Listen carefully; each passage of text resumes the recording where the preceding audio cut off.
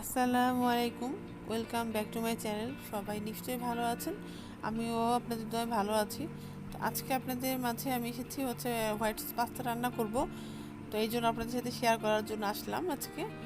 তো এই জন্য আমি পাস্তা নিয়েছি এবং ফুটন্ত পানিতে একটু সামান্য লবণ দিয়ে পাস্তাগুলো কিন্তু দিয়ে দিলাম যেন সিদ্ধ হওয়ার জন্যে।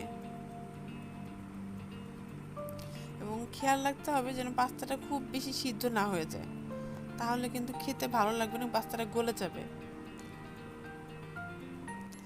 এবং আমার পাস্তা কিন্তু অলরেডি হয়ে গিয়েছে, আমি ছাঁকনির সাহায্যে তুলে নিচ্ছি।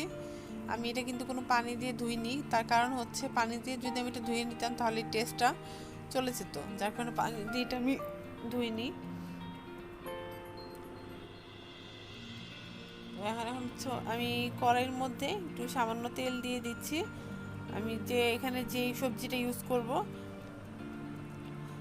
সেটা ভাজার জন্য আমি তেল দিয়ে নিলাম এবং তেলের মধ্যে আমি কিছু সামান্য পরিমাণ পেঁয়াজ কুচি দিয়ে নিয়েছি। এবং আপনাদের ইচ্ছা, আপনারা যে সবজি ইউজ করতে চান এটা আপনাদের ইচ্ছা। আমি এখানে গাজর দিয়েছি আর মটরশুঁটি ইউজ করেছি এটার মধ্যে। সামান্য পরিমাণ একটু লবণ দিয়ে দিলাম। এটাকে নাড়াচাড়া করতে হবে, খেয়াল রাখতে হবে যেন এটা পুড়ে না যায়। দেখুন কারিম সুন্দর সিদ্ধ হয়ে গিয়েছে এটা।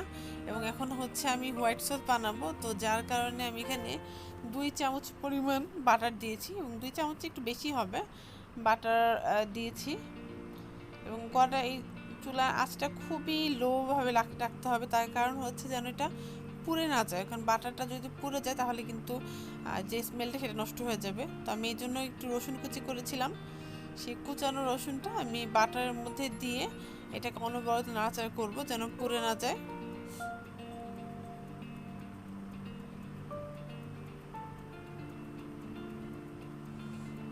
সুন্দর একটা স্মেল বের হয়েছে।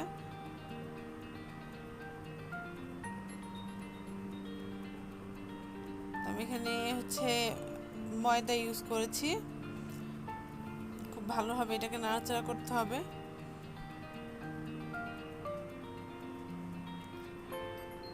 এটার মধ্যে আমি দুধ দিয়ে জিনিসটাকে তৈরি করছি, হোয়াইট সসটাকে।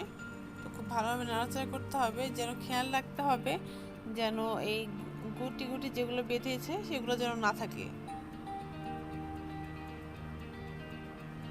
ভালোভাবে মিশাতে হবে, পাস্তাটা যত ভালো মিশবে ততই কিন্তু মজা হবে এটা খেতে।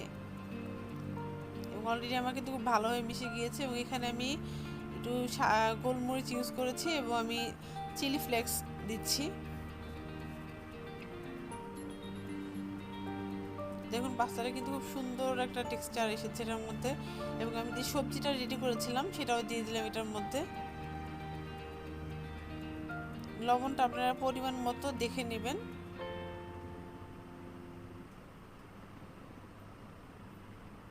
আমি আসলে পাস্তার পরিমাণটা খুব বেশি নিয়ে ফেলেছি।